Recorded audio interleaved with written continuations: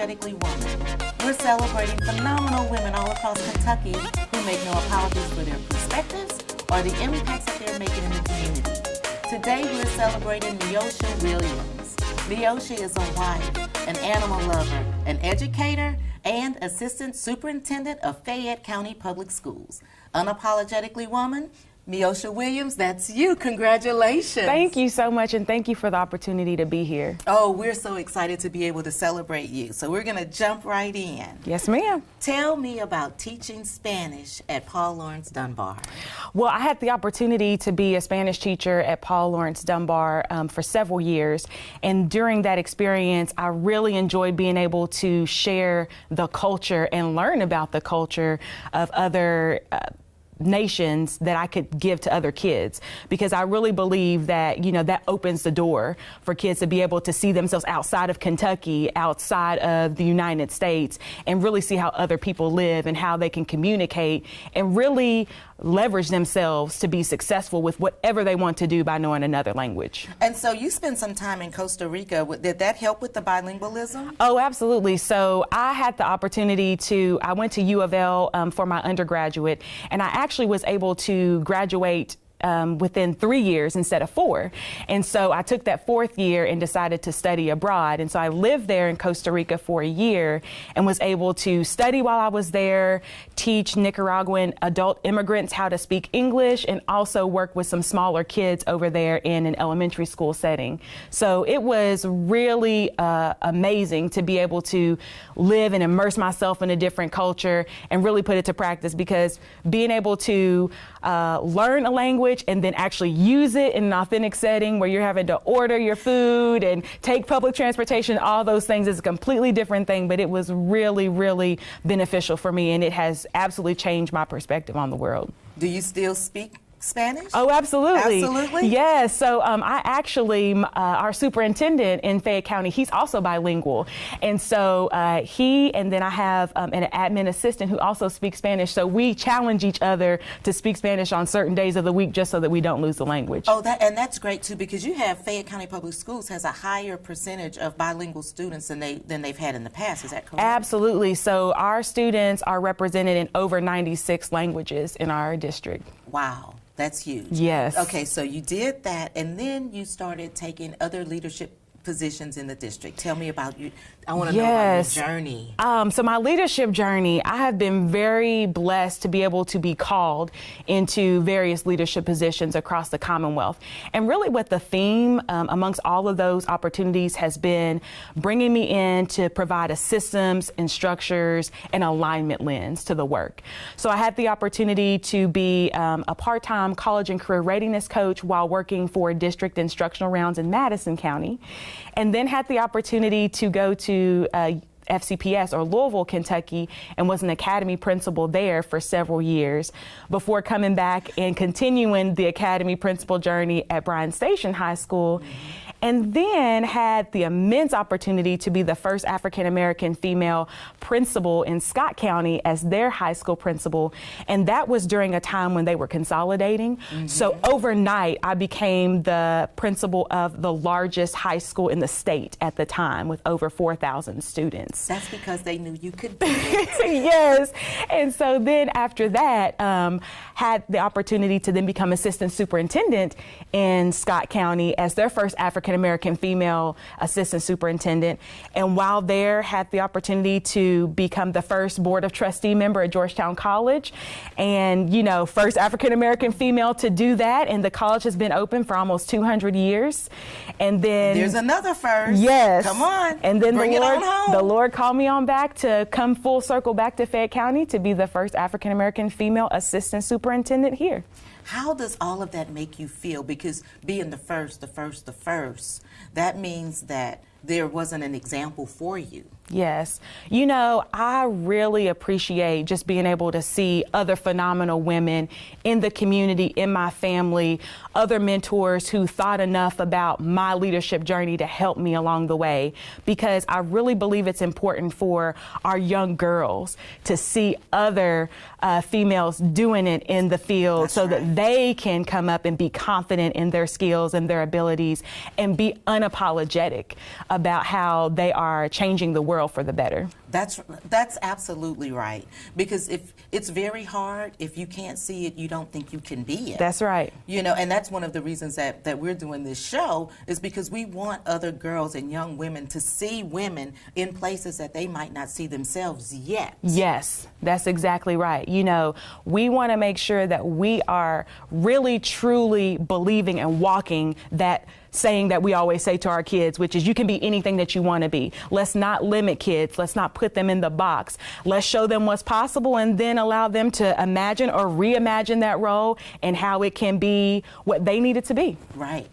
Education is a family affair at your house. Yes. Your husband, Josh Williams, is the principal at Brenda Cowan. Yes.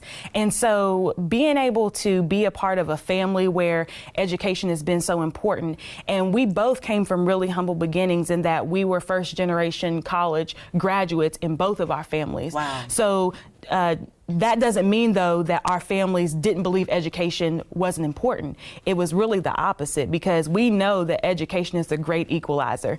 There is nothing That's the second time today that I've heard that. Absolutely. Mm-hmm. No one can take your education away from you. And so the sky is the limit what you can do when you continue to learn and grow yourself and be of service to others. I think that's the big piece, is we both want to make sure that we're using our gifts and talents to be of service to others. It's not about climbing the ladder or anything like that. It's how can we use the gifts that we've been given to make sure that we are reaching our hand out to help others and learn from others. And if you have that mindset, for me, that feels like that's been instilled in you from your parents. Yes. What do your parents think about where you are? So my parents are so proud. My mom, she actually was a single mother, and when she was raising me as well as my younger brother, she actually was a factory worker at Toyota for several years. Mm-hmm. And then she had the opportunity to be inspired by some of the things that she saw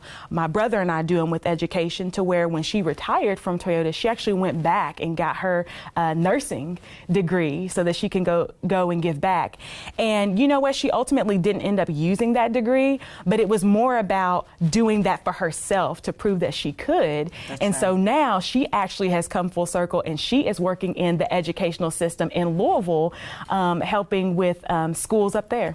So she's proud of you and you're proud of her, because when you started talking about her, your eyes changed. Yes. You know, so that tells me that she's been so influential in your life. Absolutely. I'm so proud of her. And, you know, we both had a great upbringing from my grandmother, who really instilled in us that it's about, you know, giving back to others. Your education is really important. And my grandmother was one of 7 and coming out of a preacher's children home. And so, you know, 2 of the big things that were really instilled in us was faith and education. That's right.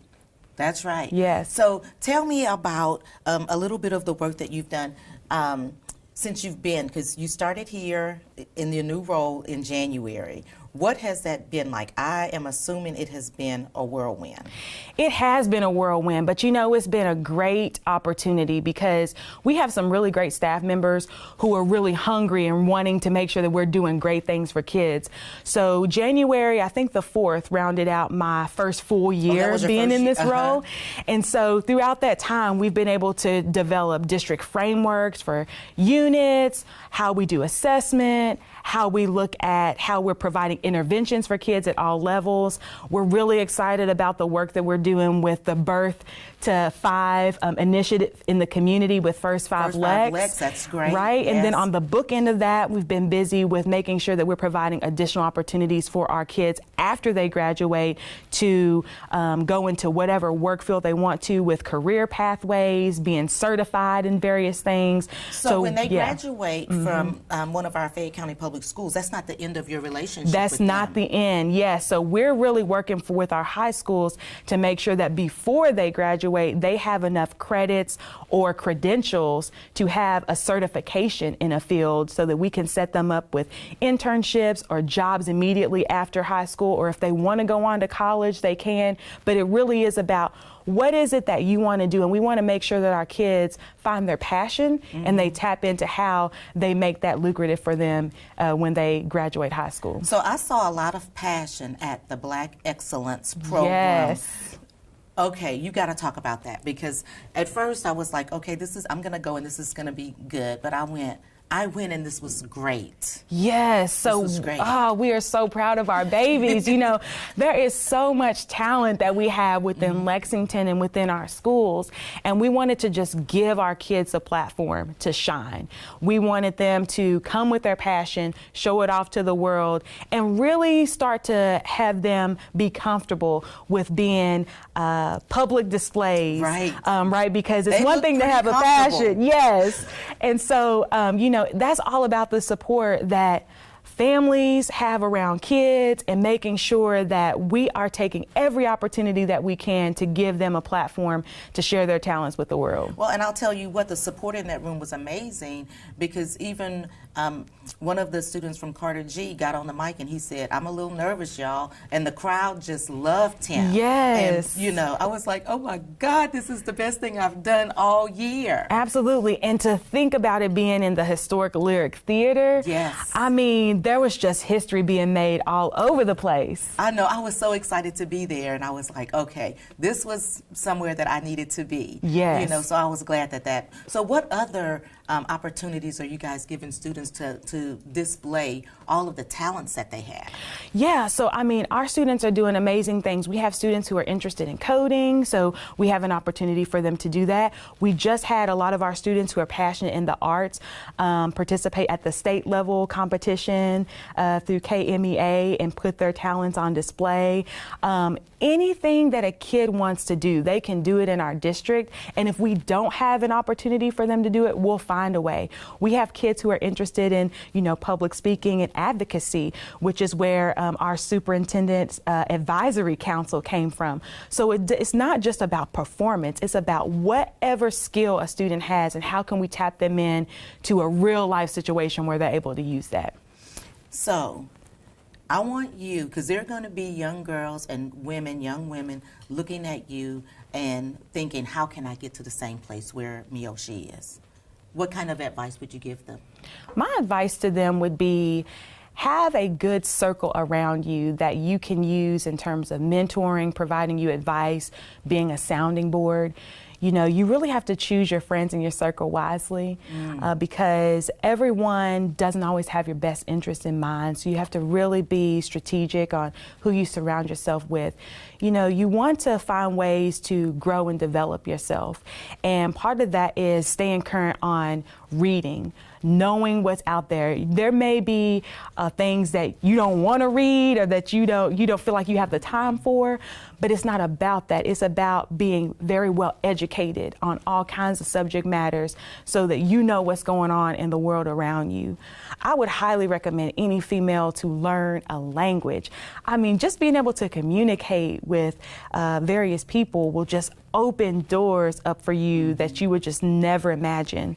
I would say continue to practice and hone your skills. You know, practice makes perfect. And by perfect, I don't mean that it's going to be the end. Like you continuously working on your craft and continue, because there's always something new to learn. And then I say be grounded in your faith. You know, whatever it is that you believe in, you have to be grounded in that, because there are going to be some hard times that come around and there's going to be little seeds of doubt that get planted along the way. But you have to stay focused and know that you have a higher purpose and never let anybody deter you from that purpose. Thank you so much for being with us today, and congratulations again. Yeah, thank you so much. Thank you so much. You guys heard it very well. Be grounded with yourself, have a close circle of friends, and be grounded in your faith as well. Those are all of the key things that you're going to need to be successful in your life. And so rewatch this film as many times as you need to, because the advice that you need is right here. Continue to watch us as we celebrate other phenomenal women in Kentucky who are making changes in the community. We'll see you soon.